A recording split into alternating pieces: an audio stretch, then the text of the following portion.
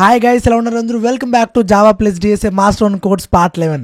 So first అందరికీ congratulations, first 10 parts complete చేసి 11th part దాకా వచ్చినందుకు. అండ్ ఇంకా చూడకపోతున్న బేగా వాళ్ళు చూసాను అబ్బా, Java plus DSA master on course మన ఛానల్ స్టార్ట్ అయింది. అండ్ ఇది ఒక్క కోర్స్ కానీ కంప్లీట్ చేస్తే ఎటువంటి కోడింగ్ రౌండ్ అనేసి ఈజీ కంప్లీట్ చేయొచ్చు, ఓకేనా? సో లాస్ట్ వీడియోలో మనం చాలా వరకు కంప్లీట్ చేస్తాం అన్ని టాపిక్స్ కూడా. అండ్ ఇప్పుడు మేజర్ టాపిక్ నేను మీకు ఎప్పుడు నుంచి చెప్తున్నా, అదే రికర్షన్. డిఎస్ఏకి నేను ఎప్పుడు చెప్తున్నా బ్యాక్ బోన్ లాంటిది. ఎందుకంటే ఇది ఒక్క టాపిక్ కనుక మీరు మాస్టర్ చేయగలిగితే, అంటే డిఎస్ఏలో మనం చాలా వరకు టాపిక్స్ అనేది ఈజీగా అర్థం చేసుకోగలం. చాలా వరకు టాపిక్స్ అంటే ఇప్పుడు గ్రాఫ్స్ కావచ్చు, లేకపోతే మన బైనరీ ట్రీ కావచ్చు, లేకపోతే మన డైనమిక్ ప్రోగ్రామింగ్ కావచ్చు, ఏదైనా బ్యాక్ ట్రాకింగ్ కావచ్చు, ఏదన్నా సరే అన్నిటికీ బేసిక్ కాన్సెప్టే రికర్షన్. ఇలాంటి రికర్షన్ని మీరు మాత్రం నేను చెప్తున్నా కదా, 100% మీరు మిగతా వీడియో ఎలా చూసారో నాకు తెలియదు, ఈ వీడియోని మాత్రం 1% కూడా స్కిప్ చేయకుండా A to Z క్లారిటీగా చూడండి. 100% నేను చెప్తున్నా. నాకు తెలిసిన నాలెడ్జ్ అంతా కూడా మీకు షేర్ చేస్తాను. అండ్ ఒక చిన్న పిల్లోడు చెప్పినట్టు చెప్తాను, ఎందుకంటే ఈ కాన్సెప్ట్ అనేది అంతగానో ముఖ్యం, అంతగానో ఇంపార్టెంట్, అంతగానో మీరు క్లారిటీగా నేర్చుకోవాలి, ఓకేనా? సో నేను A to Z కాన్సెప్ట్ అనేది వీడియోలో చెప్తాను.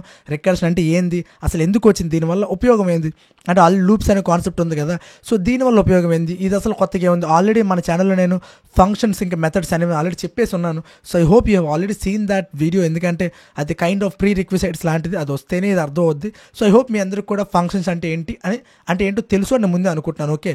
So without any further day let's get in to the video. But start చేసింది ఓకే, ఒక చిన్న కోరిక, మీరు కానీ మన ఛానల్కి కొత్తగా వచ్చినట్లయినా లేకపోతే ముందు నుంచి ఉన్నా సరే ప్లీజ్ ఇంకా ఛానల్ సబ్స్క్రైబ్ చేసుకోకపోతుంటే ప్లీజ్ చేసుకోండి అబ్బా. ఇంత మంచి కంటెంట్ ఫ్రీగా ఇస్తున్నా, ఏం కోరుకోవట్లేదు, డబ్బులు అడగట్లేదు, ఏం అడగట్లేదు. ప్లీజ్ కాస్త లవ్ని చూపిస్తే సరిపోద్ది. ప్లీజ్ అది ఏ రూపంలో అయినా పర్లేదు, లైకే చేయండి, కమెంటే చేయండి, ఎలా అయినా సరే ప్లీజ్. మీరు చేస్తే అట్లీస్ట్ మీ దగ్గర నాకు రూపాయి రాకపోతున్నా సరే వేరే వాళ్ళ దగ్గరికి రీచ్ అయ్యే అవకాశం ఉంది మీరు లైక్ చేయడం వల్ల.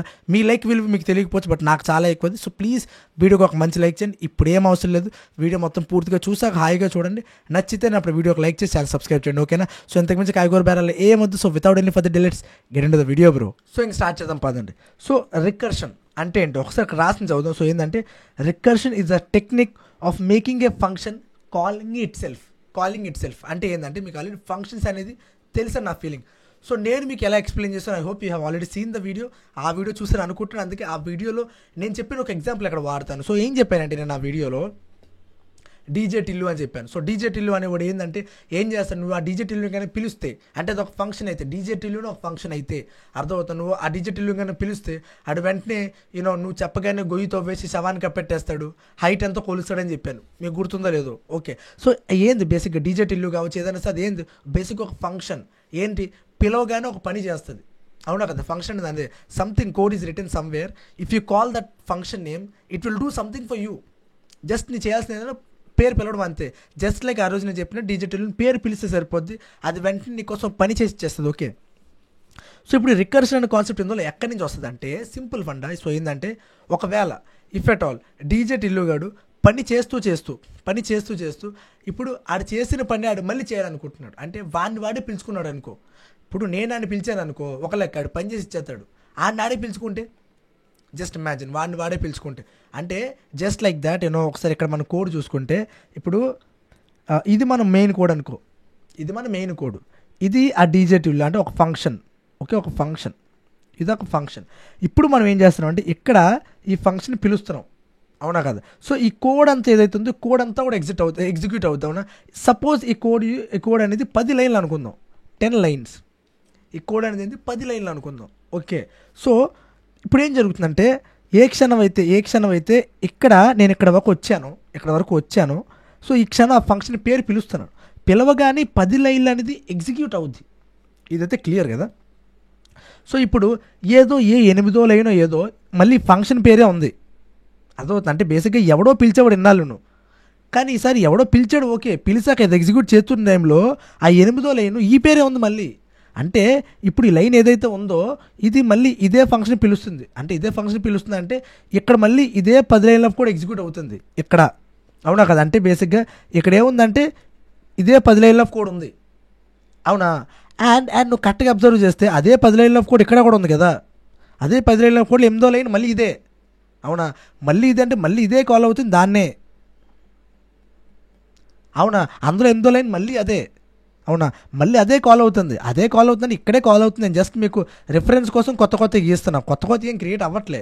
బేసిక్గా ఇక్కడ వరకు కోడ్ వచ్చాక, అంటే బేసిక్గా ఇప్పుడు ఈ 8వ లైన్ పేరు ఇదే అనుకో, ఏ క్షణం ఇది వచ్చేసిందో ఇది మళ్ళీ దీన్నే పిలుచుకోవాలి కదా, ఇది మళ్ళీ దీన్నే పిలుచుకునేసరికి మళ్ళీ దీన్నే పిలుచుకుంది, మళ్ళీ కోడ్ ఇక్కడి నుంచి ఎగ్జిక్యూట్ అవ్వడం మొదలెడుతుంది. అంటే నెక్స్ట్ది అంటే ఇప్పుడు ఈ లైన్ తర్వాత ఎగ్జిక్యూట్ అయ్యే లైను ఇది, అవునా? అంటే ఈ లైన్ ఇంకా ఎగ్జిక్యూట్ అవ్వలేదు, అంటే ఈ లైన్ తర్వాత ఉన్న లైన్ ఎగ్జిక్యూట్ అవ్వకుండా దీన్ని నెక్స్ట్ ఇది మళ్ళీ దీన్ని ఇదే పిలుచుకుంది, అవునా? అంటే ఇప్పటి వరకు ఇక్కడ ఎన్ని లైన్లు యూనో ఎగ్జిక్యూట్ అవ్వాలి, 10 లైన్లు, అవునా?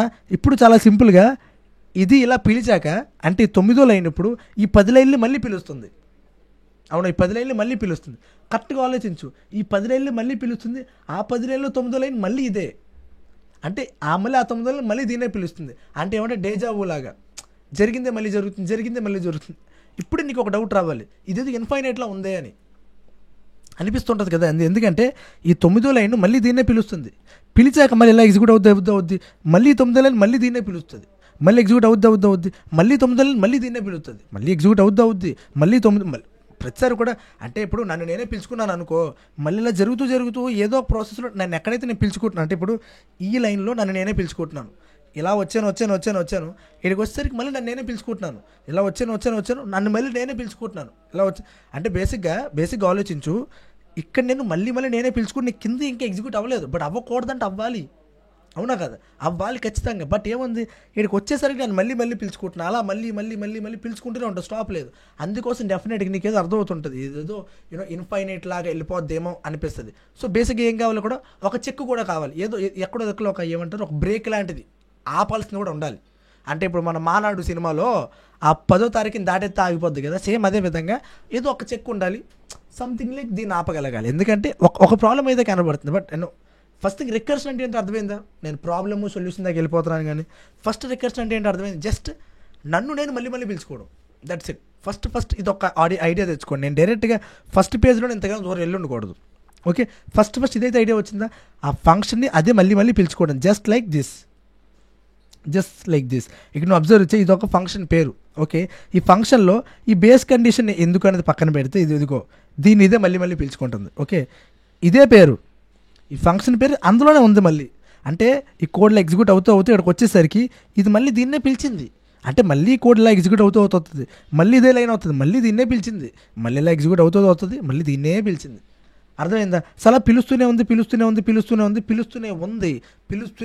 కానీ డెఫినెట్గా నేను మీకు చెప్పాను, ఇప్పుడు ఒకటి చెప్పాను, ఏంది, ఒకవేళ కనుక ఎటువంటి చెక్కు లేకపోతే, అంటే ఇక్కడ ఇది లేదు అనుకో, కాసేపు ఇది లేదు అనుకో, ఒక్క నిమిషం ఉంటే అసలు ఈ రికర్షన్ అనేది ఆగుతుందా? ఇదిలా పిలుస్తుంది, మళ్ళీ పిలుస్తుంది, ఎండ్లెస్ లూప్ అయిపోద్ది. సో ఈ ఎండ్లెస్ లూప్ ఆగాలంటే ఏదో ఒక కండిషన్ ఉండాలి, సచ్ దట్ ఇలా వచ్చి ఇదే కదా మళ్ళీ పిలుస్తుంది, ఎక్కడ దగ్గర అసలు ఈ లైన్ దాకా రాకూడదు. అర్థమవుతుంది? అంటే ఇందాక చెప్తాను చూడు, ఎక్కడ వరకు వచ్చింది మళ్ళీ వచ్చింది, ఎక్కడ దాకా వచ్చేసరికి ఇక్కడ దాకా వస్తే కదా మళ్ళీ నేను పిలుచుకుంటాను, ఇక్కడ దాకా రాను, నేను ఇక్కడ ఆగిపోతాను, ఎక్కడి నుంచి రిటర్న్ అయిపోతాను నేను. Your understanding? అంటే ఇప్పుడు డేంజరస్ అనలేను, కానీ ఇప్పుడు కొద్ది గొప్ప ఏ లైన్ వల్ల ఇన్ఫైనైట్ లూప్ అవ్వబోతుంది, ఈ లైన్ వల్ల కదా, ఇదే లైన్ మాటికి దాన్ని అది పిలుచుకుంటుంది కాబట్టి ఇన్ఫైనైట్ లూప్ అవ్వబోతుంది, అవునా? నేను అసలు ఈ లైన్ దాకా ఏదో ఒక సిచ్యువేషన్లో రాను, ఈ లైన్ దాకా ఏదో ఒక సిచ్యువేషన్ రాకుండా ముందు ఏదో బ్రేక్ పెట్టేస్తా, సచ్ దట్ ఆ కండిషన్ కనుక మ్యాచ్ అయితే ఎక్కడికెక్కడ రిటర్న్ పెడతాను, దీని దాకా రాను. అంటే ఈ లైన్ కనుక స్టార్టింగ్లో ఉందనుకో ఎండ్లెస్ లూపే, అది డౌట్ లేదు. దీనికన్నా ముందు డెఫినెట్గా ఏదో ఒక రిటర్న్ స్టేట్మెంట్ ఉండాలి, ఏదో ఒక కండిషన్తో. ఈ కండిషన్ కనుక ఫుల్ఫిల్ అయ్యిందా ఇది రిటర్న్ అవ్వాలి. సో ఎందుకు ఏంటో నేను మీకు ఇంకా ఏం చెప్పలేదు, అవసరమైందని కూడా నేను మీకు చెప్పలేదు. బట్ ప్రెజెంట్ రికర్షన్ ఏంటో అర్థమైంది. ఫస్ట్ థింగ్ జస్ట్ ఇప్పటివరకు ఉన్న నాలెడ్జ్తో ఒకటే. ఫస్ట్ థింగ్ ఏంటంటే ఒక చిన్న సాంగ్ వస్తుంటే ప్లీజ్ ఏమనుకోవద్దు, ఓకే? బ్యాక్గ్రౌండ్ నాయిస్లో, ఓకే? సో ప్లీజ్ ఇప్పటివరకు మీకు తెలిసింది ఏంటంటే ఫస్ట్ థింగ్ రికర్షన్ అంటే ఏంది, ఇదో క్వశ్చన్కి ఆన్సర్ ఉందా? A function calling itself, okay? Function అనేది దాని మటుకు అదే పిలుచుకుంది, అవునా కదా? దీని ఒక అడ్వాంటేజ్ ఏంది, కైండ్ ఆఫ్ మళ్ళీ పిలుచుకోవడం వల్ల అడ్వాంటేజ్ ఏంది నీకు తెలుస్తుంది కాసేపట్లో. నేను చెప్తాను అడ్వాంటేజ్ ఏంది అని, ఓకే? నీకు ప్రెజెంట్ అంటే ఏంటో అర్థమైంది, ఓకే? నెక్స్ట్ దానికి అది మాటికి పిలుచుకుంటూనే ఉంది అనుకో, ఇష్యూ వస్తుంది. ఏంది? ఎండ్లెస్ లూప్, ఎండ్లెస్గా వెళ్తూనే ఉంటుంది, అవునా కదా? పిలుచుకుంటూ వస్తూనే ఉంటుంది. అండ్ దీన్ని ఆపడానికి డెఫినెట్గా ఒక బేస్ కండిషన్ ఉండాలి, తప్పదు. అంటే కోడ్ అనేది ఎలా ఉన్నా పర్లేదు, బట్ రికర్షన్కి మేజర్ కాన్సెప్ట్లు 2 ఉండాలి. ఒకటి దానికి అది పిలుచుకోవడం, రికర్షన్ అంటేనే అది మీనింగ్. సెకండ్ ఈ బేస్ కండిషన్ లేకుండా, ఈ బేస్ చెక్ లేకుండా రికర్షన్ రాస్తే ఆ కోడ్ క్రాష్ అవ్వబోతుంది. స్టాక్ ఓవర్ఫ్లో అనే ఇష్యూ వస్తుంది నీకు. స్టాక్ ఓవర్ఫ్లో అంటే ఏంది, ఇది పిలుచుకున్నావు, ఇది మళ్ళీ దీన్ని పిలిచింది, అంటే ఇది మళ్ళీ దీన్ని పిలిచింది, దీని మళ్ళీ ఇది పిలిచింది, దీని మళ్ళీ ఇది పిలిచింది, దీని మళ్ళీ ఇది, ఇవంతా కూడా డేటాబేస్లో ఉంది. ఇప్పుడు మెమరీలో ఇదంతా కూడా ఉంది కదా. ఇప్పుడు ఇది స్టాక్ అనుకో, స్టాక్ మెమరీ. ఓకే, ఇప్పుడు ఇదిలో ఫస్ట్ పిలిచాం, ఓకేనా, ఇది మళ్ళీ దీన్ని పిలిచింది కాబట్టి ఇంకోటి, ఇది మళ్ళీ దీన్ని పిలిచింది కాబట్టి ఇంకోటి, ఇది మళ్ళీ దీన్ని పిలిచింది కాబట్టి ఇంకోటి, అలా ఎన్ని ఎగ్జిక్యూట్ అవ్వాలి. ఒకటి ఆలోచించు. ఓకే, నేను దీంతో రాస్తాను. ఇప్పుడు ఇది మెమరీ అనుకో. మెమరీ ఎలా ఉంటుంది, స్టాక్ మెమరీ. ఇప్పుడు ఇది ఈ ఫంక్షన్ పేరు, దీన్ని పిలిచాం మనం, స్టాక్లోకి వచ్చింది. ఓకే, ఇప్పుడు ఇది మళ్ళీ దీన్నే పిలుచుకుంది, అంటే ఇది మళ్ళీ ఇక్కడికి వచ్చింది, అవునా కదా. ఇది 60% ఎగ్జిక్యూట్ అయ్యింది, ఈ 40% ఎగ్జిక్యూట్ అవ్వలేదు, ఈ 60% ఎగ్జిక్యూట్ అయ్యింది. ఓకే, ఈ 40% ఏమైంది, ఈ 60% ఎగ్జిక్యూట్ అయింది, 40% ఎగ్జిక్యూట్ అవ్వలేదు, ఇక్కడ ఆగింది. ఇక్కడ ఆగాక ఇది పిలిచింది, అవునా. ఇది కూడా 60% ఎగ్జిక్యూట్ అయ్యి ఇక్కడికి వచ్చాక మళ్ళీ దీన్ని పిలిచింది. ఇది కూడా 60% ఎగ్జిక్యూట్ అయ్యి ఇక్కడికి వచ్చాక మళ్ళీ దీన్ని పిలిచింది.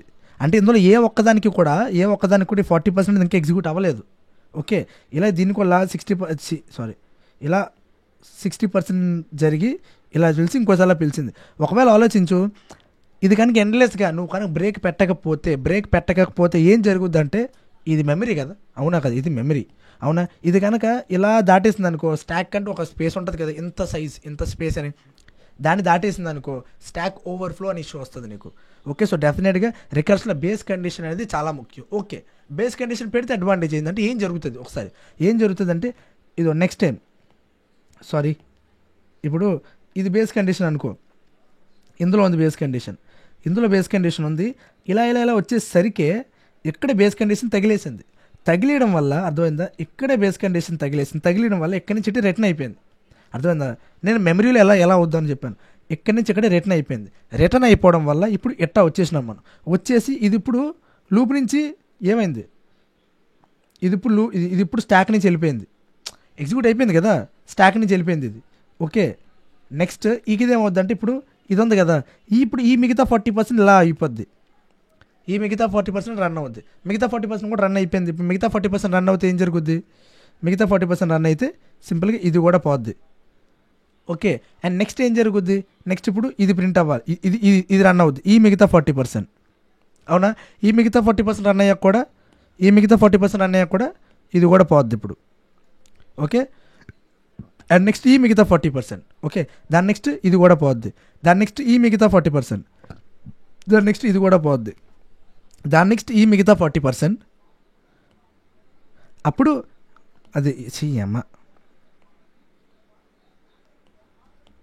ఈ మిగతా 40% రన్ అయ్యి దాంతో ఇది కూడా పోద్ది ఇప్పుడు. అంటే ఫైనల్గా స్టాక్ మెమరీ అనేది ఖాళీ అయింది, అంటే ఫైనల్గా రికర్షన్ నుంచి మనం బయటకు వచ్చామని అర్థమైంది. అంటే రికర్షన్ నుంచి మనం ఎట్టా బయటకు వస్తాం అంటే అర్థమైందా. ఫస్ట్ థింగ్ ఏంది, ఎక్కడో తగిలింది, ఎక్కడో వచ్చింది, రావడం వల్ల నెక్స్ట్ టైం వెళ్ళాం, నెక్స్ట్ దానికి మళ్ళీ అక్కడే వస్తుంది, మళ్ళీ నెక్స్ట్ దానికి వెళ్ళాం, మళ్ళీ అక్కడే వస్తుంది, మళ్ళీ నెక్స్ట్ దానికి వెళ్ళాం, మళ్ళీ అక్కడే వస్తుంది, ఇక్కడ వరకు కోడ్ వచ్చే ముందే ఎక్కడో రిటర్న్ స్టేట్మెంట్ ఉంటుంది, సచ్ దట్ దీన్ని మళ్ళీ పిలవం మనం, అంటే బేసిక్గా మళ్ళీ దాని పైకి మనం రాము. ఓకే, సో ఇక్కడెక్కడో ఇది దీన్ని మళ్ళీ పిలుచుకునేది కదా, ఇది పిలవకుండా ముందే మనం ఎక్కడ రిటర్న్ స్టేట్మెంట్ పెడతాం, దీనివల్ల వెనక్కి వెళ్ళిపోద్ది. సో ఇంకేముంది, ఇంతవరకు ఆల్రెడీ మొత్తం అంతా మనం ఎగ్జిక్యూట్ చేస్తాం కదా, ఇంక ఇవన్నీ కూడా ఎగ్జిక్యూట్ చేసుకొని పోవడమే, ఇంకా తర్వాత మిగిలిన 40% అంతే. రికర్షన్ అంటే అర్థమైందా, విజువలైజింగ్ కూడా, that's it, nothing more than that. Okay, I hope stock wise కూడా ఎక్స్ప్లెయిన్ చేస్తాను ఎగ్జాక్ట్గా ఎలా ఉంటుంది అని. సో రికర్షన్ అంటే చాలా సింపులే, జస్ట్ ఒకటే విజువలైజింగ్ అనేది కరెక్ట్ చేసుకోగలిగితే సరిపోద్ది.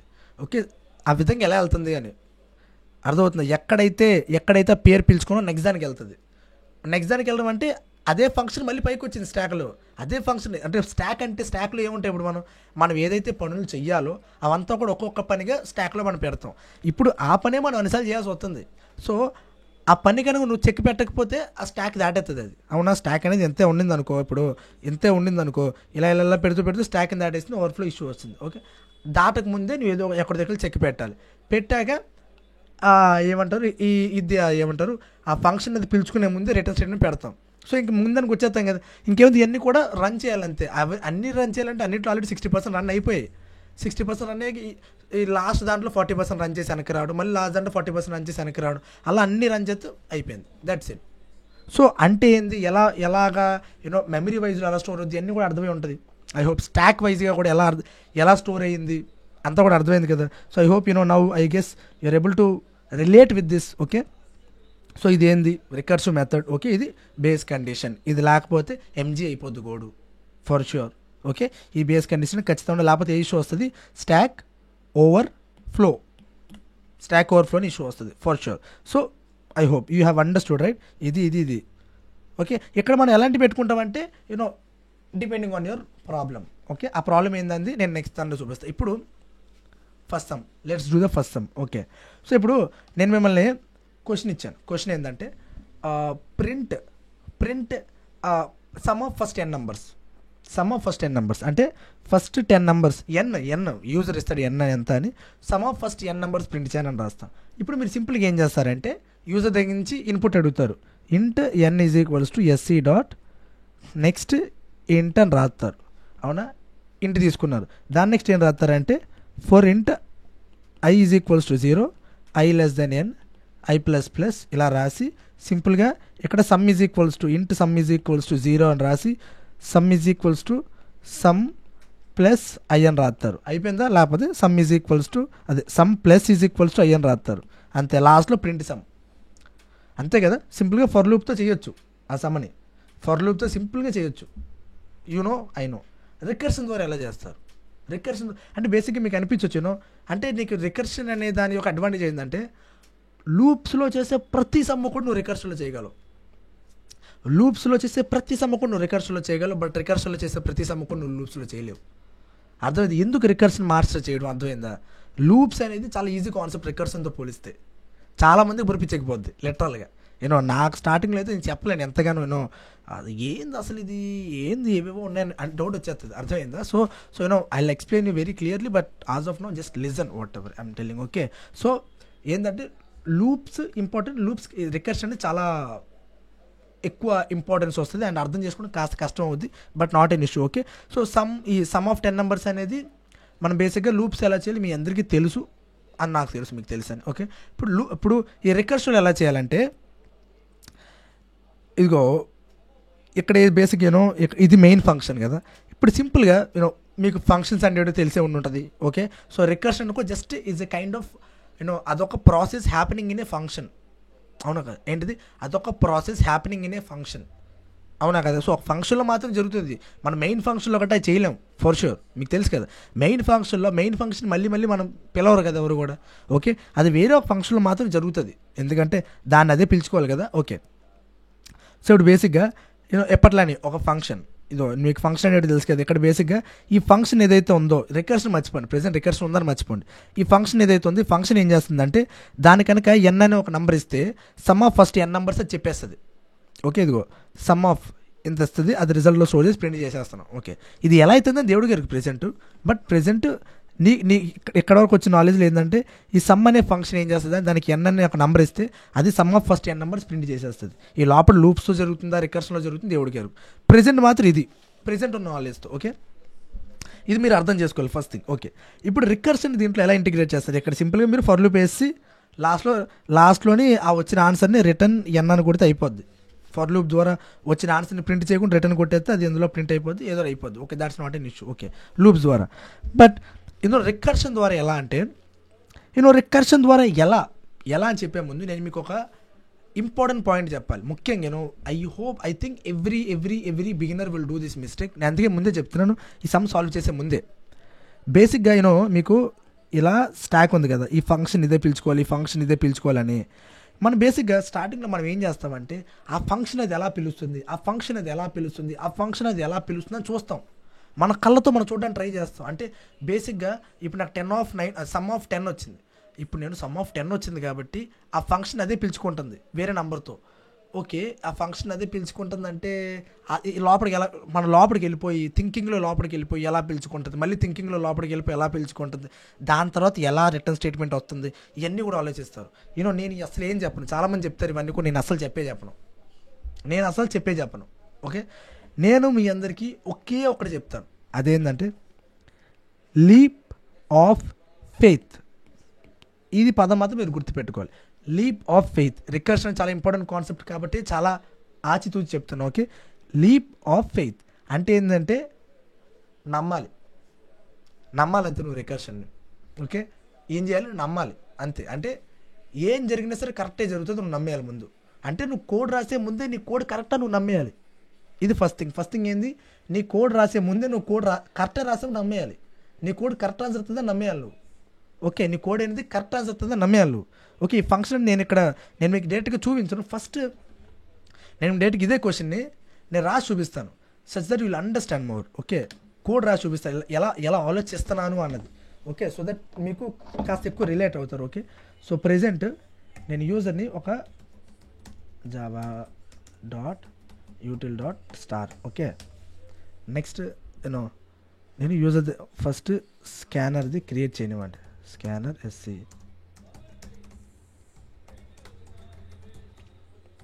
ఎలా నమ్మడం ఏందని మీకు అర్థం అవుద్ది. ఇప్పుడు నమ్మడం ఏంది, వీడు ఏం మాట్లాడుతున్నాడు అని.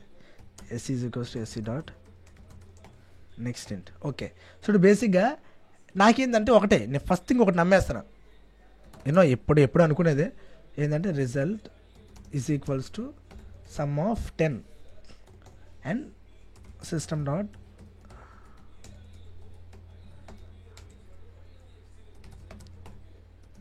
అది ఏంది సమ్ ఏదో అనుకో, ఒక ఫంక్షన్ నేను క్రియేట్ చేస్తాను ఇప్పుడు.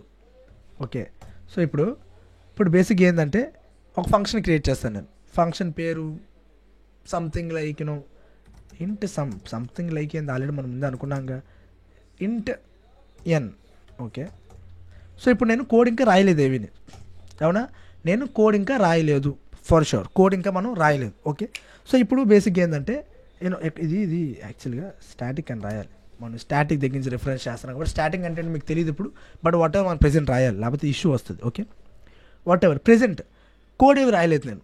ఓకే, ఈ క్షణం ఎలా ఆలోచించాలో చెప్తాను, ఈ క్షణం ఎలా ఆలోచించాలో. సో ఏంటంటే సమ్కి ఎన్ అనే ఒక నెంబర్ ఇస్తే, సమ్కి ఎన్ అనే ఒక నెంబర్ ఇస్తే అది sum of first n numbers ఇచ్చేస్తుంది అని నీకు తెలుసు. మన కోడ్ అదే చేయాలి. ఇప్పుడు సమ్కి ఎన్ అనే నెంబర్ ఇస్తే సమ్ ఆఫ్ అంటే సమ్కి కనుక పారామీటర్స్లో 10 అని పంపామనుకో, అది సమ్ ఆఫ్ ఫస్ట్ 10 నెంబర్స్ ఇచ్చేస్తుంది. ఓకే, సమ్కి కనుక 9 పంపామనుకో, సమ్ ఆఫ్ ఫస్ట్ 9 నెంబర్స్ ఇచ్చేస్తుంది. సో నువ్వు ఫస్ట్ థింగ్ ఏం చేస్తావంటే ముందు నమ్ము ఇస్తుంది అని. ఓకే, నేను నమ్మేశాను. ఇప్పుడు నేను నమ్మేశాను, నా మైండ్లో ఏట్లేదు, ఇప్పుడు నా సమ్ కోడ్ ఏట్లేదు, బట్ నేను నమ్ముతున్న సమ్ అనేది ఇచ్చేస్తుంది. ఓకే, ఇచ్చేస్తుంది. ఇప్పుడు నాకు ఒక చిన్న డౌట్, నేను లూప్ ఏమి వేయను, నాకు సింపుల్ ఒకే ఒక క్వశ్చన్ ఏంటంటే సమ్ ఆఫ్ అంటే సమ్ అనే ఫంక్షన్ కన్నా నాకు ఇప్పుడు కరెక్ట్ ఆన్సర్ ఇచ్చేస్తూ ఉండుంటే సమ్ ఆఫ్ ఎన్ అనేది, సమ్ ఆఫ్ ఎన్ ఏదైతే వస్తుందో సమ్ ఆఫ్ ఎన్ అనేది అంటే సమ్ ఆఫ్ 10 అనుకో. ప్రెజెంట్ మన ఎగ్జాంపుల్లో 10 అనుకో, 10 ఎన్ అనేది. ఓకే, 10 పంపుతున్నావు, ఎన్ పంపుకొని 10 పంపుతున్నా, ఏ బంగారు కొండ నేను.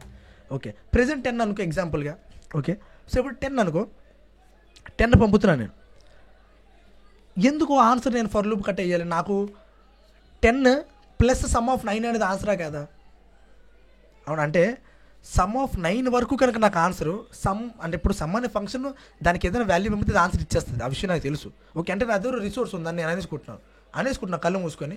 సమ్ అనే దానికి ఏదైనా ఒక నెంబర్ ఇస్తే some of first n digits ఇచ్చేస్తుంది. అది నాకేమనిపిస్తుంది అంటే నాకు సమ్ ఆఫ్ 10 కావాలంటే, ఫస్ట్ 10 నెంబర్స్ ఒక ఆన్సర్ కావాలంటే నేను 10 ప్లస్ సమ్ ఆఫ్ 9 ఆన్సర్ కదా, ఫస్ట్ 9 నెంబర్ల యొక్క ఎడిషన్ ప్లస్ 10 ఆన్సరా కదా. ఫస్ట్ సమ్ ఆఫ్ 9 అనేది ఆన్సర్ ఇస్తుందని నేను నమ్ముతున్నా, అవునా కదా? ఏంది సమ్ ఆఫ్ 9 అనేది ఆన్సర్, నాకు కరెక్ట్ ఆన్సర్ వచ్చేస్తుంది అని నేను నమ్మేస్తున్నా, అవునా కదా? అంటే బేసిక్గా నా దగ్గరికి వచ్చింది కనుక ఎన్ అయితే నేను సింపుల్గా వేయట్లేదు, ఎక్కువ ఆలోచించట్లేదు. ఎన్ అయితే it should be n plus sum of n - 1 కాదా? ఫస్ట్ థింగ్, నా ఫస్ట్ క్వశ్చన్ ఇది కరెక్టా కాదా? నా ఆలోచన నాకు ఒకటే, అంటే ఇప్పుడు ఇది 10 వస్తుంది అనుకో, 10 అంటే 10 వస్తే 10 ప్లస్ సమ్ ఆఫ్ 9 ఇది కరెక్టా కదా? సమ్ ఆఫ్ 9 అనేది ఆన్సర్ నాకు ఇచ్చేస్తుంది సమ్ అనే ఫంక్షన్. నేను నమ్ముతున్నా అది ఏం చేస్తా, నేను నమ్మేస్తున్నా. సమ్ ఆఫ్ 9 అనేది అది ఆన్సర్ నాకు ఇస్తుంది, కరెక్ట్ ఆన్సర్ ఇస్తుంది, నేను నమ్ముతున్నా. సో సమ్ ఆఫ్ 9 అనేది కరెక్ట్ ఆన్సర్ అదే దొరికితే 10 కూడా యాడ్ చేస్తుంది కదా సమ్ ఆఫ్ 10, ఇంకేముంది, నాకు సమస్య లేదు. సో ఇది కరెక్ట్ ఆన్సరే కదా? కరెక్ట్ ఆన్సరే. ఓకే, ఫస్ట్ థింగ్ ఇదైతే ఎందుకు రాసిన ఇదైతే అర్థమైంది. ఓకే, సెకండ్ థింగ్ నేను మీకు చెప్పాను ఒక బేస్ కండిషన్ అయితే ఖచ్చితంగా రాయాలి అని. బేస్ కండిషన్ ఏంటంటే ఇప్పుడు నేను సమ్ ఆఫ్ 10 అని వచ్చినప్పుడు సమ్ ఆఫ్ 9 పంపుతున్నా, అవునా కదా? అంటే ఇప్పుడు n ప్లస్ సమ్ ఆఫ్ 9 వస్తుంది. ఓకే, 9 వస్తే సమ్ ఆఫ్ 9 వస్తే అంటే ఒక పారామీటర్లో 9 వచ్చింది అనుకో, 9 ప్లస్ సమ్ ఆఫ్ 8 అని పంపుతాను. ఓకే, 8 వచ్చింది అనుకో 8 ప్లస్ సమ్ ఆఫ్ 7 అని పంపుతాను. అలా 2 వచ్చింది అనుకో 2 ప్లస్ సమ్ ఆఫ్ 1 అని పంపుతాను. 1 వస్తే నేను అడగాలి అసలు 1 నాకు తెలుసు కదా వాల్యూ, అవునా కదా, 1 నాకు తెలుసు కదా, నేను 1 ఎందుకు మళ్ళీ సమ్లో పంపాలి, నాకు 1 అనే వాల్యూ తెలుసు. సమ్ ఆఫ్ 1 = 1, అవునా కదా. అంటే బేసిక్గా ఇఫ్ n = 1 అయితే నేను ఎందుకు పంపాలి, నేను ఎందుకు మళ్ళీ సమ్మని అడగాలి, నాకు తెలుసు ఆల్రెడీ ఆన్సర్ 1 అని. ఇది ఎలా ఉంది ఇప్పుడు, ఏదైనా అర్థం అవుతుంది నేను ఎందుకు రాశాను అన్నది. అంటే ఇప్పుడు నేను రాసింది ఎందుకు రాసాను అర్థం అవుతుంది. అంటే బేసిక్గా అంటే ఇప్పుడు నీకు ఒకటి తెలుసు, సమ్ ఆఫ్ 10 ఎప్పుడైతే వచ్చిందో అంటే ఒక్కసారి లోపలికి వెళ్దాం ఒక్కసారి, so that you might relate. Okay, ఇప్పుడు 10 వచ్చింది అనుకో, బేస్ కండిషన్ ఒకసారి మర్చిపో, 10 వచ్చింది అనుకో 10 ప్లస్ సమ్ ఆఫ్ 9 అని రాశాను, అవునా. సమ్ ఆఫ్ 9 ఏదైతే ఉందో అదేమొస్తుంది, 9 ప్లస్ సమ్ ఆఫ్ 8 అని వస్తుంది. సమ్ ఆఫ్ 8 వాల్యూ ఏదైతే ఉందో దాని వాల్యూ ఏంటి, 8 ప్లస్ సమ్ ఆఫ్ 7 అని. సమ్ ఆఫ్ 7 అలా వచ్చుకుంటే ఏమవుద్ది, ఏ క్షణం అయితే అది 1 అయిందో, బేస్ కండిషన్ 1 అయిందో ఏం జరుగుద్ది, answer 1. You will relate with after seeing this. Okay, but ఇదైతే క్లారిటీగా అర్థమైందా నేను ఎందుకు రాశాను ఇది. ఇప్పుడు చూడు, అంటే ఇది పాజిటివ్ నెంబర్ ఎత్తున్నాడు, గ్రేటర్ దాన్ 1 ఎత్తాడని నా ఫీలింగ్, నెగిటివ్ నెంబర్లు అలా అయితే ఇవ్వడు. ఓకే, సో ఇప్పుడు ఒక బేసిక్ ఆలోచించు. బేసిక్గా అంటే నేను చెప్తున్నాను నమ్ము అంటున్నాను కదా, 10 ఎత్తే 10 ప్లస్ సమ్ ఆఫ్ 9 అనేది ఆన్సర్ అని నమ్ముతున్నాను, సమ్ ఆఫ్ 9 అనేది సమ్ ఇస్తుందని నేను నమ్ముతున్నాను. ఓకే, అండ్ నాకు ఇది ఒక వాల్యూ తెలుసు, ఈ రోజు మనం ఆల్రెడీ సమ్ చేస్తాం, మీకు అర్థం కావట్లేదు అంతే. రన్ చేయాలా,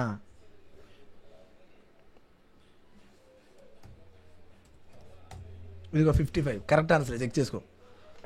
నీకు మనం తెలిసింది ఎత్తుక్కోవాలనుకుంటే లెట్స్ థింక్ ఫర్ 5 + 4 9, 9 + 3 12, 12 + 2 14, 14 + 1 15. కరెక్ట్ ఆన్సరా కదా, కనబడుతుందా లేదా 15. ఎలా ఇచ్చింది, సింపుల్ ఆన్సర్. అంటే నీకు రిలేట్ ఎక్కువ అవుతావు ఇప్పుడు నువ్వు చూడు.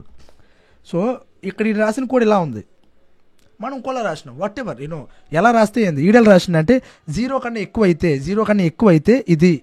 ఈడికి బేస్ కండిషన్ ఏంటంటే రిటర్న్ 0, అంటే ఒకవేళ కే వాల్యూ కనుక 0 అయితే 0 రిటర్న్ చేయమంటున్నాడు. నేను ఎన్ వాల్యూ కనుక 1 అయితే 1 రిటర్న్ చేస్తాను, నాకు అది తెలుసు. కాబట్టి నువ్వేమో రాసుకుంటావు అంటే ఒక ఎన్ వాల్యూ కనుక 2 అయింది అనుకో రిటర్న్ 3 అని ప్రింట్ చేయి.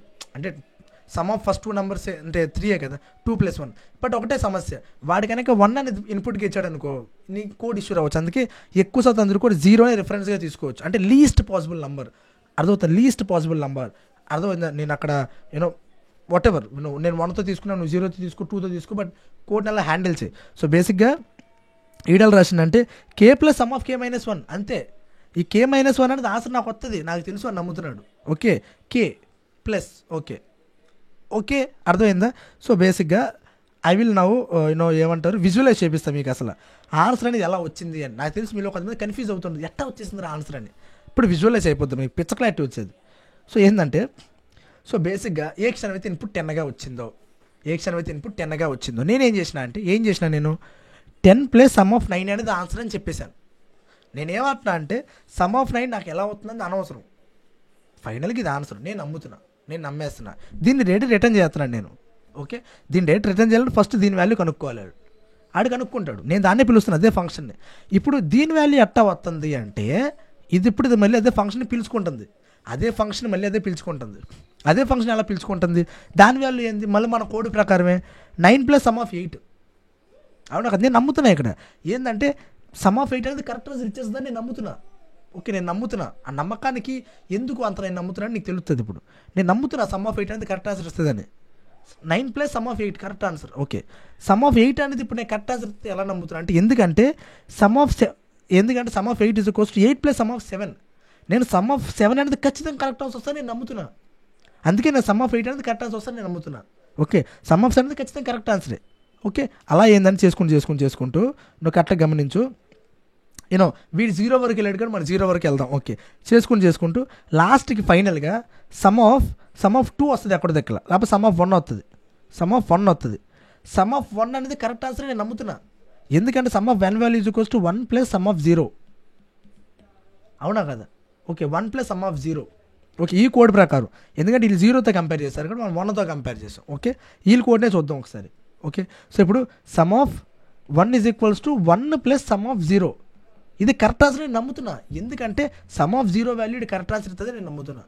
ఓకే, అండ్ ఇప్పుడు సమ్ ఆఫ్ 0 నేను ఎక్కడికి చేయను, 0నే, 0 నా వాల్యూ తెలుసు ఆల్రెడీ.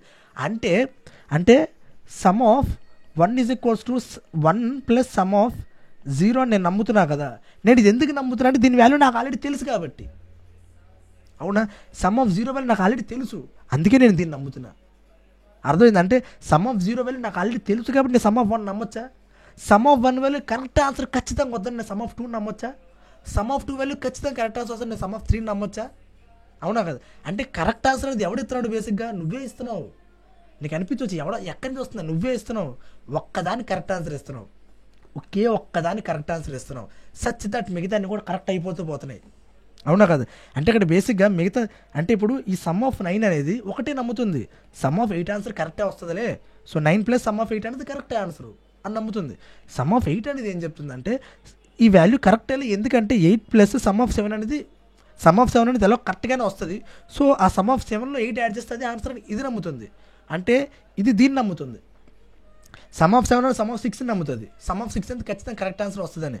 అలా సమ్ ఆఫ్ 2 అనేది సమ్ ఆఫ్ 1 అని నమ్ముతుంది, సమ్ ఆఫ్ 1 అనేది కరెక్ట్గానే వస్తుందిలే అని. సమ్ ఆఫ్ 1 అనేది సమ్ ఆఫ్ 0 నమ్ముతుంది, ఇది ఒక్కటే సమ్ ఆఫ్ 1 అని ఉంటుంది, దాని బదులు ఇక్కడ 1 ప్లస్ సమ్ ఆఫ్ 0 అని రాసిండు.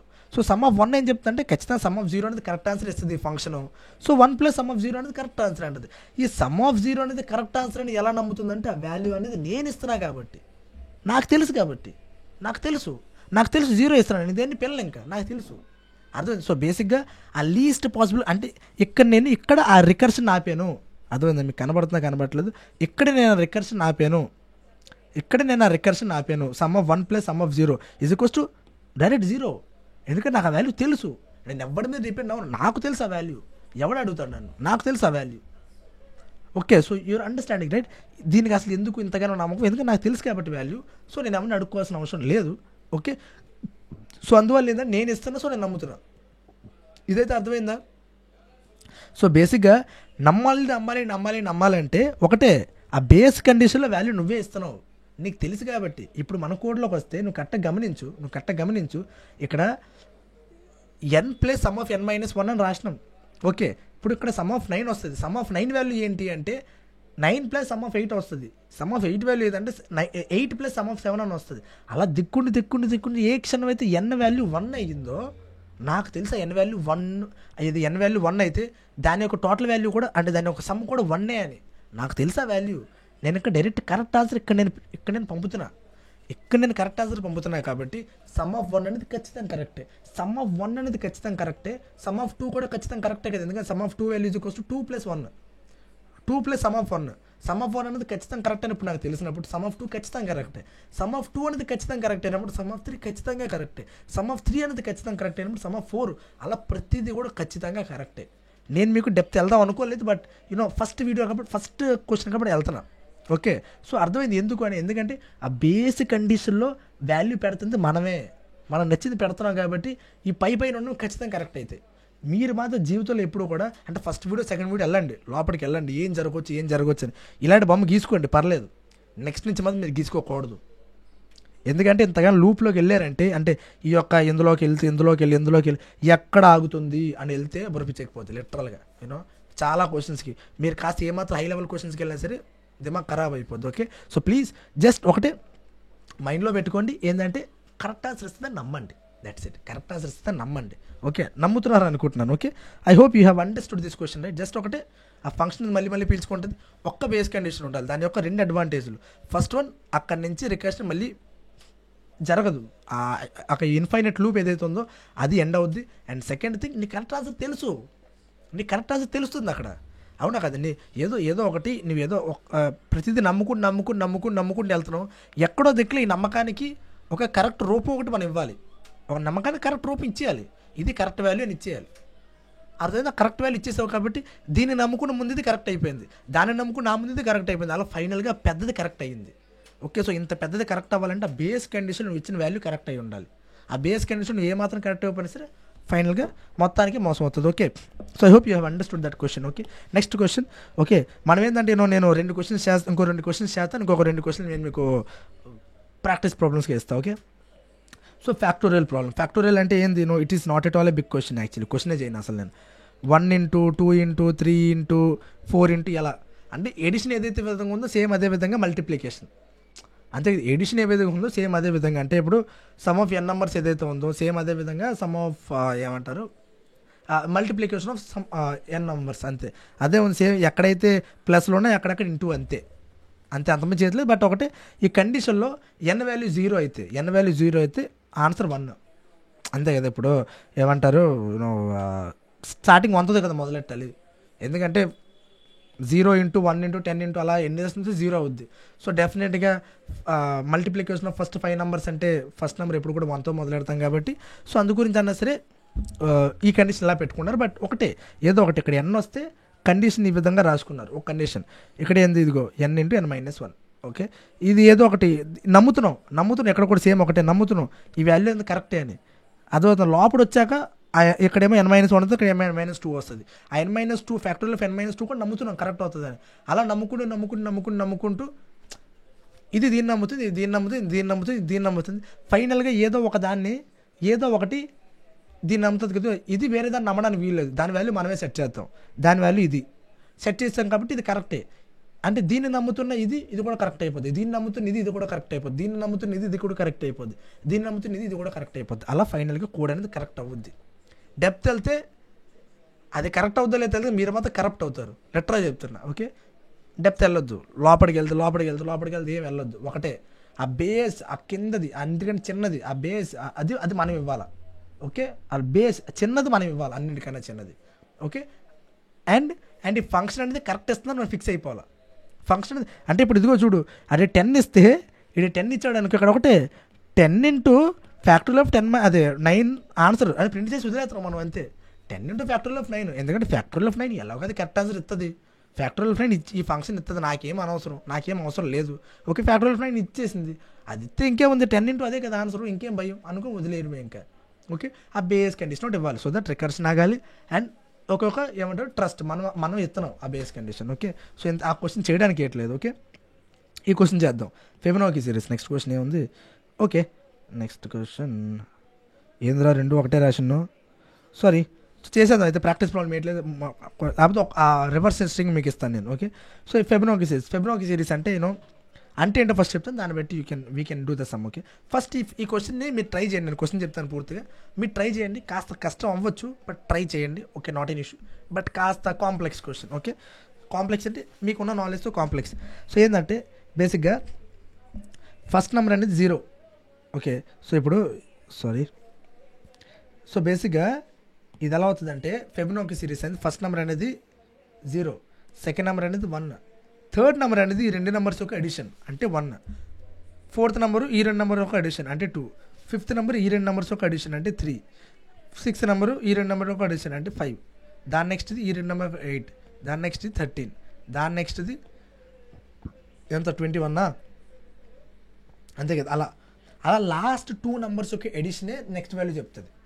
అవునా, అంటే ఏంటి, అలా లాస్ట్ 2 నెంబర్స్ యొక్క ఎడిషన్ నెక్స్ట్ వాల్యూ చెప్తుంది. ఓకే, ఇది ఇప్పుడు ఈ క్వశ్చన్ మనం డైరెక్ట్ మీరు కోడ్ ఏం చూడొద్దు. ఓకే, డైరెక్ట్గా మనం ఇక్కడికి వెళ్దాం. Okay, I hope you haven't seen the code. Try చేయండి ఒకసారి. నేను చెప్పాను కదా, అది 100% చాలా హెల్ప్ అవుద్ది, నమ్మాలి మీరు ఆ కోడ్ని. ఓకే, సో ఇప్పుడు ఫిబొనాకీ కదా, ఏదో ఒకటి స్పెల్లింగ్ ఎందుకు మనకి, ఇప్పుడు స్పెల్లింగ్ మనమే చూద్దాంలే. ఓకే, ఫిబొనాకీ ఏదో ఒకటి గాడిద గుడ్డు. ఓకే, ఇప్పుడు ఇలా ఉంది. ఓకే, సో బేసిక్గా యూజర్ని మనం ఎన్ అని ఒక నెంబర్ అడుగుతాం. నెంబర్ అడిగాక ఆ నెంబర్లో ఏముంది అంటే ఇప్పుడు 5 అని అడిగామనుకో, 5th ప్లేస్లో ఏ నెంబర్ ఉంది, ఆ ఫిబొనాకీ సిరీస్లో 5th ప్లేస్లో ఏ నెంబర్ ఉంది. 10 అని అడిగితే 10th ప్లేస్, ఇప్పుడు ఫస్ట్ ప్లేస్లో 0 ఉంది, సెకండ్ ప్లేస్లో 1 ఉంది, థర్డ్ ప్లేస్లో 1 ఉంది, ఫోర్త్ ప్లేస్లో 2 ఉంది, నెక్స్ట్ ప్లేస్లో 3 ఉంటుంది, దాని నెక్స్ట్ ప్లేస్లో 5, దాని నెక్స్ట్ ప్లేస్లో 8 ఏదో, దాని నెక్స్ట్ ప్లేస్లో 13. అలా ఏంటంటే ఆ ప్లేస్లో, ఆ ఎన్ అనే ప్లేస్లో ఏ నెంబర్ ఉంది ఆ ఫిబొనాకీ సిరీస్లో. ఫిబొనాకీ సిరీస్ అంటే అర్థమైంది, some of before 2 numbers. Okay, so బేసిక్గా ఫిబొనాకీ సిరీస్ వచ్చింది, దానికి ఒక ఎన్ ఇచ్చావు.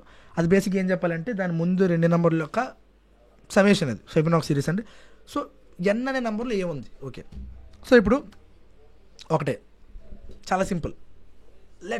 లెట్స్ అగైన్ లెట్స్ ఏమంటారు, మళ్ళీ ఆ పాత వాటికి వద్దాం. ఇప్పుడు బేసిక్గా ఫెబొనాకీ అనే ఫంక్షన్ ఏం చేస్తుంది క్వశ్చన్ ప్రకారం ఏం చేయాలి, అది ఏం చేస్తుందంటే నువ్వు ఎన్ అనే ఒక నెంబర్ ఇస్తే ఆ ఎంత పొజిషన్లో ఉన్న ఫెబొనాకీ సిరీస్లో ఎంత పొజిషన్లో నెంబర్ నీకు ఇచ్చేస్తుంది. అవునా కదా? అంటే ఇది ఇలా నేను మీకు చెప్పినట్టే, అమ్మ ఎక్కడ రాశాను ఎక్కడో, అంటే నేను మీకు చెప్పినట్టే 0 1 1 2 3 5 8 13 ఇలా ఉందనుకో, థర్డ్ పొజిషన్లో ఏముందంటే అది 1 ప్రింట్ చేయాలి. అవునా?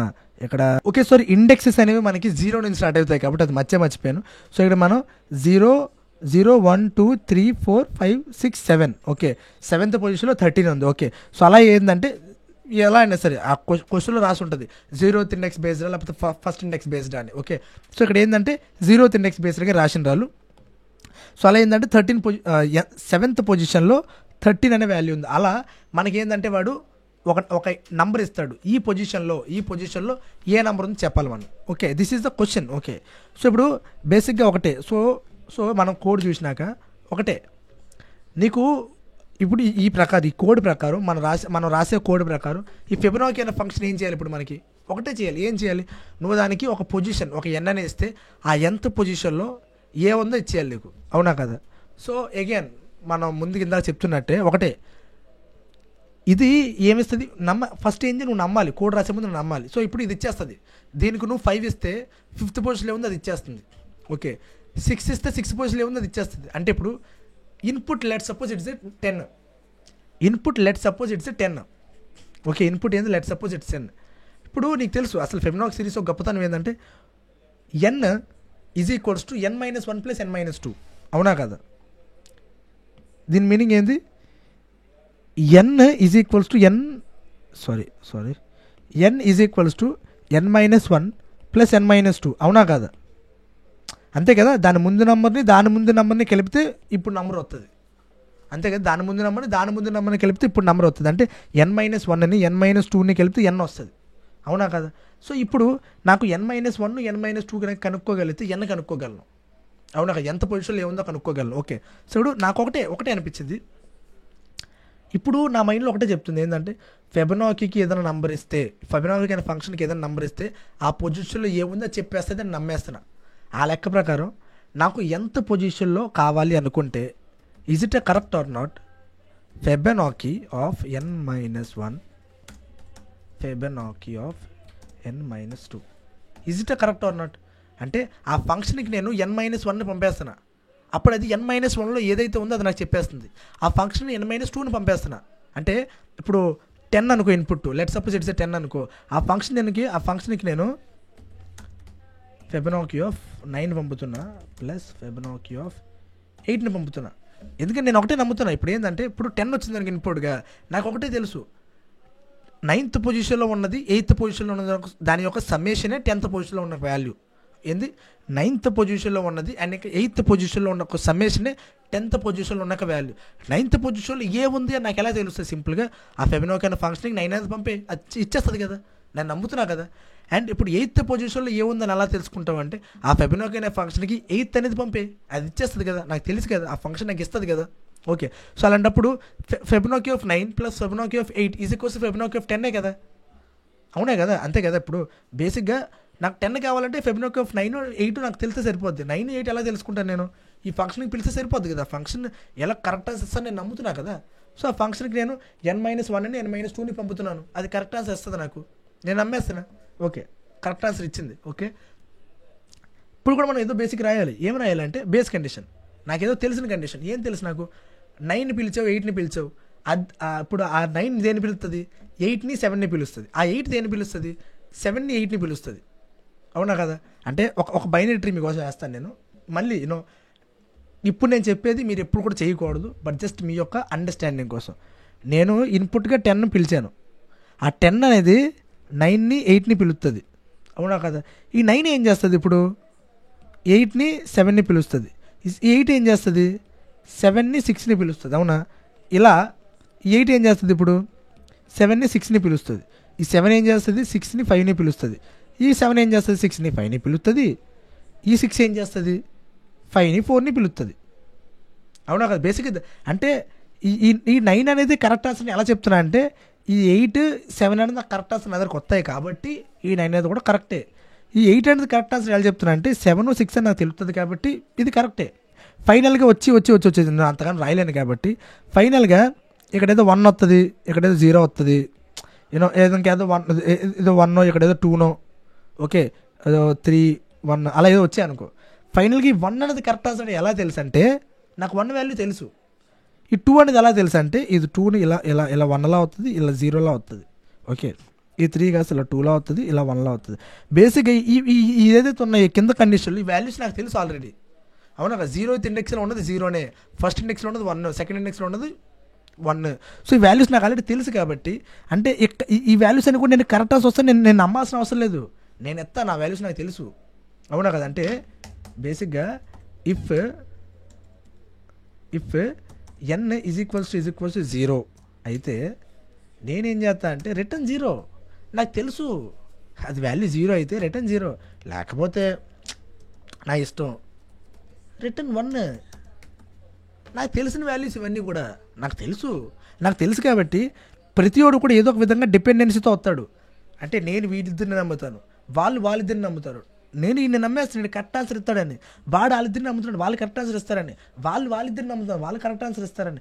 ఫైనల్గా నమ్ముకుంటూ ఎవరు నిజంగా కరెక్ట్ ఆన్సర్ ఇస్తున్నారు అంటే ఇప్పుడు మనం పుష్ప 2 సినిమా కన్నా మీరు చూసుంటే పుష్ప 2 అందులో స్పాయిలర్ అలర్ట్ ప్లీజ్ ఏంటంటే ఆడెవడో దుబాయోడు ఆడికి ఇన్ని టన్నులు శాండ్లోడ్ కావాలి అనుకుంటే వాడు ఒకటికి కాల్ చేస్తాడు, బట్ వాడు మాత్రం పుష్పకే కాల్ చేస్తాడు.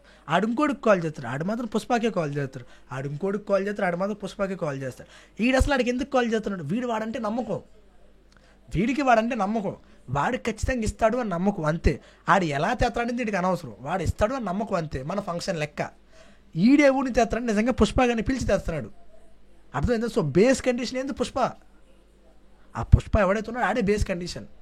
అవునా కదా? సో అంటే ఆ దుబాయ్లో ఉన్నోడు ఎంతమందిని పిలుచుకున్నా సరే, ఆడు ఎంతమందిని నమ్మినా సరే వాళ్ళంతా కూడా నమ్ముతుంది పుష్ప గానే.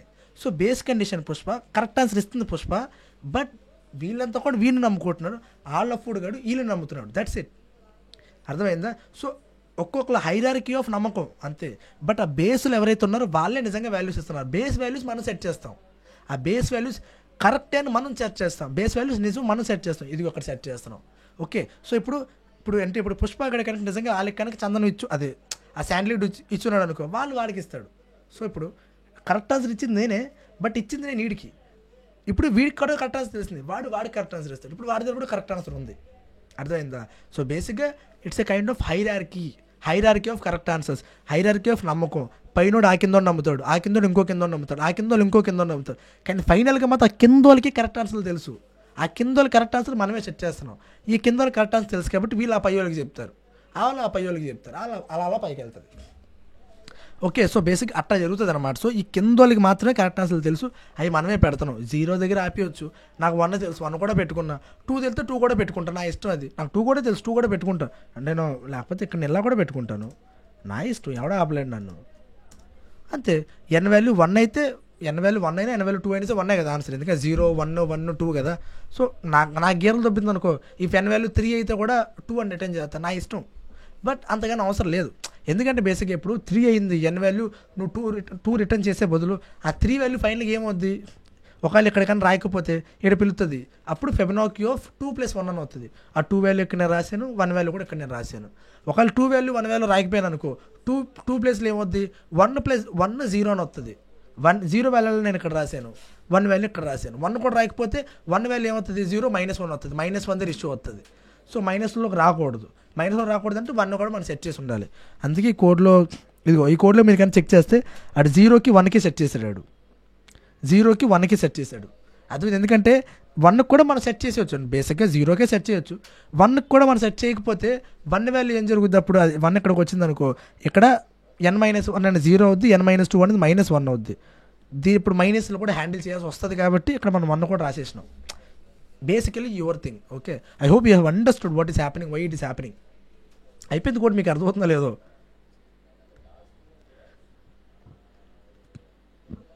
ఇదో 7 ఇస్తే ఏం ప్రింట్ అవ్వాలి, 13 అయిపోయిందా అవ్వలేదా? అయిపోయింది అవ్వలేదు 13 ప్రింట్ అవ్వాలి. 7th జీరో నుంచి 0th ఇండెక్స్తో చూస్తే 7th ప్లేస్లోనే 13. అవునా కదా? బేసిక్గా ఒకటే హైరార్కీ ఆఫ్ నమ్మకం. వాడు ఒకటి నమ్ముతాడు, వాళ్ళు నమ్ముకుని ఆ బేస్లో ఉన్నది మాత్రం అంటే బేస్లో ఉన్నది 2 విధాలుగా హెల్ప్ఫుల్ అవుతుంది. ఒకటి, వాళ్ళు వేరే వాళ్ళ మీద డిపెండ్ అవ్వరు. పుష్పగాడి లెక్క వాళ్ళు వేరే వాడి మీద డిపెండ్ అవ్వడు. ఆడేళ్ళు గొడ్డలతో కొడతాడు, తీసుకొస్తాడు. అర్థమైందా?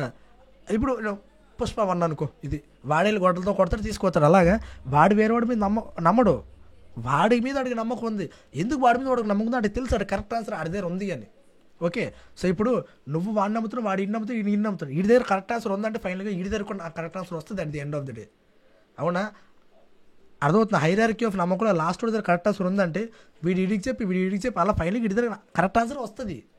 ఓకే, వీడి దగ్గర కానీ కరెక్ట్ ఆన్సర్ లేకపోతే అప్పుడే ఇష్యూ అవుతుంది. ఆడి దగ్గర కరెక్ట్ ఆన్సర్ నువ్వే పెడుతున్నావు. నువ్వు కరెక్ట్ ఆన్సర్ పెట్టవా ఏమి? అంత దూలా ఏమి నీకు? నాకైతే అంత సరదా లేదబ్బా, నేను కరెక్ట్ ఆన్సర్ ఇచ్చుకుంటాను. ఓకే, స్వామి శరణం. Okay, whatever you have understood right what is happening, why it is happening. Okay, I hope it is very very fine. Okay, అందంగా ఉందనుకుంటున్నాను, అర్థమైంది అనుకుంటున్నాను. ఓకే, వెరీ సింపుల్ అబ్బా, ఏది లేదు, చాలా సింపుల్. ఒకటే నమ్మాలి. ఫస్ట్ థింగ్ ఫంక్షన్ మనం నమ్మాలి. ఈ ఫంక్షన్ ఖచ్చితంగా కరెక్ట్ ఆన్సర్ ఇస్తాను మనం నమ్మాలి. ఇక్కడ నేను ఎలా అయితే నమ్ముతున్నాను, అర్థమైందా? 10 అవుతుందంటే నేను ఫెమినో 9 + 8, ఈ 9 అనేది కరెక్ట్ ఆన్సర్ వస్తే నేను నమ్మేస్తున్నా, 8 అనేది కరెక్ట్ ఆన్సర్ వస్తే నేను నమ్ముతున్నా. ఎట్టా అవుతుందని నేను ఇలా చేసిన బాధ మీరు చేయకూడదు. ఇలా హైరార్కీ అవుద్ది లోపలికి. ఒకటే దాన్ని అదేదో నమ్ముకుని కిందకి వెళ్తుంది. ఓకే, ఆ కింద వాల్యూ ఎలా తెలుస్తుంది అంటే బేస్ కండిషన్స్.